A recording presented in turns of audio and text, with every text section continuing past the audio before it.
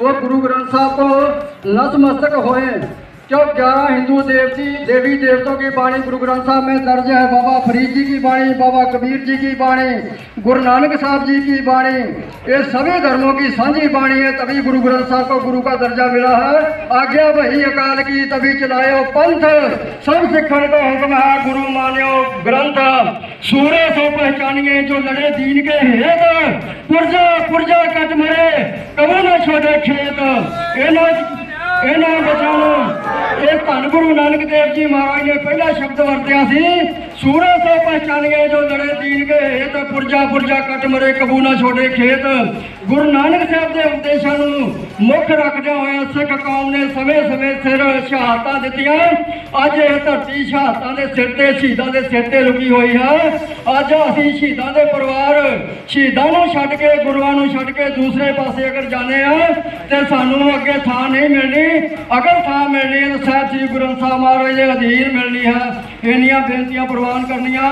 बाबा गुरनाम सिंह जी महिंदा वालियां वालों आज समय पंजाब की धरतियां आईयां होईयां संगतां नूं सारियां नूं बधाई और अज के समागम का कोट एंड कोट धन्यवाद है। आप जी अपना नंबर यहाँ नोट करवा के जाएंगे। आगे जो यहाँ समागम होएगा आप जी को निमंत्रण दिया जाएगा। आप यहाँ पहुँचिए।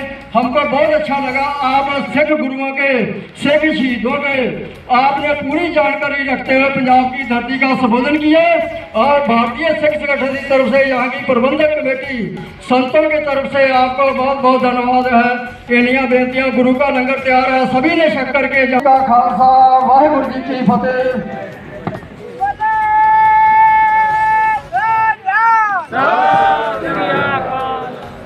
ये साडे पहलों 20 साल इस गुरु घर के ग्रंथी रहे हैं।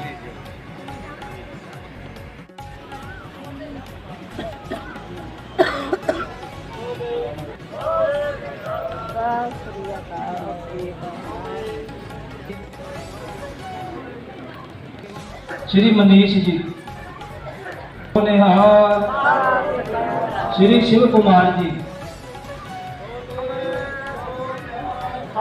श्री संजीव जी, श्री शिव कुमार जी, श्री संजीव जी इन्होंने बेनती है। श्री प्रिंस जी, श्री योगेश कुमार टुरना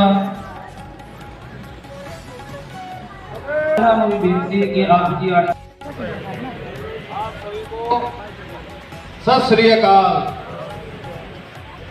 हम सभी आज यहाँ पर आकर के अपने को बड़ा धन्य महसूस कर रहे हैं और हमने तो इतिहास में पढ़ा है कि गुरुओं का बलिदान, सिखों का बलिदान, उस ज्ञान से मुझको तो कहने में कोई ये संकोच नहीं है कि अगर आज हम हिंदू कहने के अधिकारी है यानी कि हिंदू है तो उसमें गुरुओं के बलिदान और सिखों का बलिदान का सबसे बड़ा योगदान। बोले सोनिया।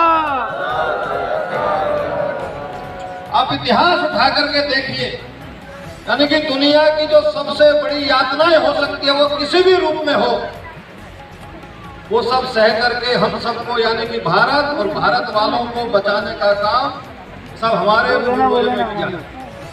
और आजादी के बाद भी अब तक वो चाहे बॉर्डर की रक्षा के रूप में हो, आजादी के आंदोलन के रूप में हो, आजादी के आंदोलन में अगर सबसे ज्यादा फांसी किसी को दी गई तो वो अपने सिख भाई बंधु थे, उनको सबसे ज्यादा फांसी।